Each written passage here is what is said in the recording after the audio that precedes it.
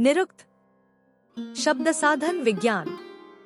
वैदिक ज्ञान के विशाल विस्तार के भीतर वेदांगों को वेद पुरुष के अंगों के रूप में माना जाता है, जो पवित्र ज्ञान के विभिन्न पहलुओं को समाहित करता है।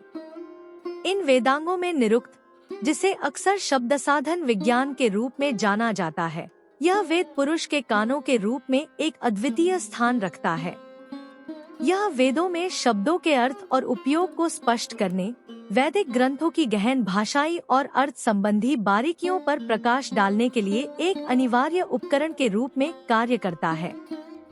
यह लेख निरुक्त के महत्व की पड़ताल करता है, जिसमें यास्का के निरुक्त और वैदिक शब्दावली के रहस्यों को उजागर करने में इसकी भूमिका पर विशेष ध्यान दिया गया है। निरुक्त के सार का अनावरण। निरुक्त, जो संस्कृत की जड़ों नी, जिसका अर्थ है बाहर, और रुख, जिसका अर्थ है ध्वनि या शब्द, से लिया गया है, का उपयुक्त रूप से शब्द साधन के रूप में अनुवाद किया जा सकता है। यह वेदों में विशिष्ट शब्दों के उपयोग के पीछे के कारणों को समझने के विज्ञान का प्रतिनिधित्व भी करता है और इसका उद्देश्य उनके अर्थों के संबंध में स्पष्टता प्रदान करना है। वेदांगों की भव्य योजना में निरुक्त वेद पुरुष के कान के रूप में खड़ा है, जो वैदिक कोश के भीतर शब्दों की गूंज और उनके गहन महत्व को ध्यान से सुनता है। यास्का का निरुक्त वैदिक शब्द साधन का एक प्रतीक, जबकि निरुक्त पर मूल वेदांग ग्रंथ समय की धुंध में खो गए हैं। इस क्षेत्र में सबसे प्रसिद्ध काम यास्का का निरुक्त है। यास्का, एक प्राचीन ऋषि और शब्द साधनविद, ने इस मौलिक पाठ को लिखा था, जिसे वैदिक शब्द साधन में अपनी अंतर्दृष्टि के लिए मनाया जाता है। यास्का का निरुक्त वेदों में पाए जाने वाले शब्दों के संग्रह निघंटु पर एक टिप्पणी के रूप में कार्य करता है। निघंटु, वैदिक शब्दों का खजाना। निघंटु, जिसका श्रेय यास्का को भी दिया जाता है, वेदों से लिए गए शब्दों की एक विस्तृत सूची है। इसे 3 अलग अलग वर्गों में व्यवस्थित किया गया है, प्रत्येक एक विशिष्ट उद्देश्य को पूरा करता है। मुख्य विचार। निघंटु के पहले खंड में 3 सूचियां शामिल हैं, जिनमें वैदिक शब्दों को मुख्य वैचारिक विचारों के अंतर्गत वर्गीकृत किया गया है। यह व्यवस्था वेदों में शब्दों के शब्दार्थ संघों को समझने में सहायता करती है। अस्पष्ट और कठिन शब्द।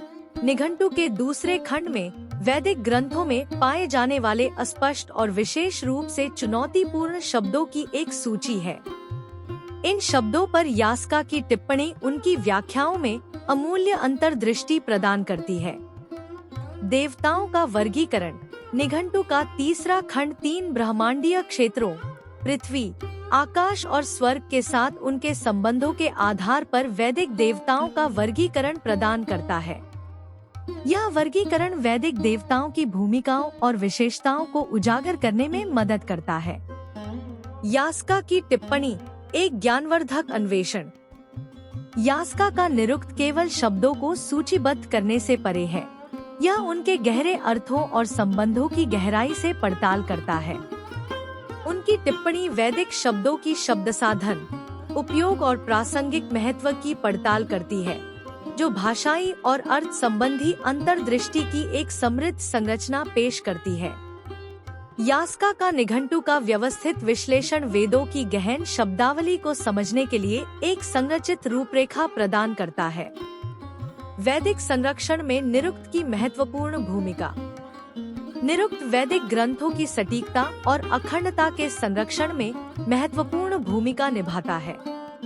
वैदिक परंपरा में प्रत्येक शब्द को पवित्र माना जाता है और वैदिक छंदों की सटीक व्याख्या के लिए शब्दों की सही समझ आवश्यक है।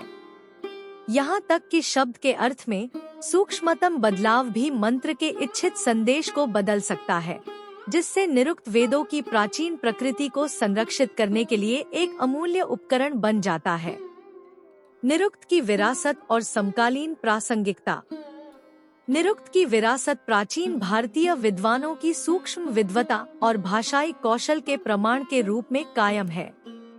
आज यह वेदों के प्राचीन ज्ञान और समकालीन भाषाई अध्ययनों के बीच एक पुल के रूप में काम करते हुए भाषाविदों, भाषाशास्त्रियों और विद्वानों की रुचि को आकर्षित करना जारी रखता है। निरुक्त में बताए गए शब्द साधन विज्ञान और शब्दार्थ विश्लेषण के सिद्धांत भाषाओं के अध्ययन और प्राचीन ग्रंथों की व्याख्या में प्रासंगिक बने हुए हैं। निष्कर्ष: निरुक्त, जिसे शब्द साधन विज्ञान का विज्ञान भी कहते हैं, वह वेदों की गहन भाषाई और अर्थ संबंधी जटिलताओं के प्रवेश द्वार के रूप में खड़ा है।